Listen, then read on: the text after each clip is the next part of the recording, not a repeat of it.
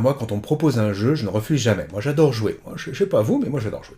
En tout cas, ici, on est parti de l'onglet accueil et on est sur transition. Il y a deux onglets séparés qui gèrent les transitions et les animations. Ce n'est pas la même chose. Et je vais essayer de vous faire un petit jeu pour vous faire comprendre le mieux possible ce qu'est une transition et ce qu'est une animation.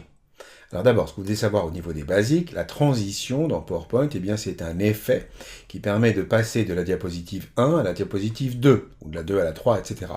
Très connu, à la télé on en voit aussi beaucoup, eh bien, il y a les fondus. Et en passant, il y a Morphose, qui est un effet relativement nouveau, dont on parlera un petit peu plus tard. Personnellement, je l'aime beaucoup. Et il y a des options d'effets intéressantes qui peuvent être au mot ou à la lettre. On y reviendra. Donc, transition, c'est quoi? Transition, c'est passer d'une diapo à une autre. Et puis quoi d'autre? Eh bien, animation. Animation, lorsque vous touchez l'onglet animation, eh bien cette fois c'est pour faire bouger un objet qui se trouve dans la diapositive. Donc les animations sont jouées seulement une fois que les transitions ont été jouées entre deux diapositives. Je passe de la diapo 1 à la diapo 2, et hop, ici éventuellement je fais bouger le texte et je le fais rentrer de haut en bas, de bas en haut avec un effet d'animation.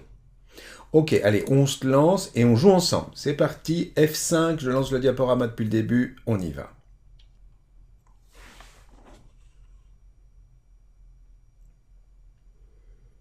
Alors, quelque chose a bougé. Pour tous ceux et toutes celles qui ont dit animation, bravo, eh bien, en effet, cet élément a subi, entre guillemets, ou a été affublé d'une animation. Alors, attention, attention, ça va bouger. Vous devez prononcer animation ou transition au choix, l'un des deux. Attention, ça va aller vite.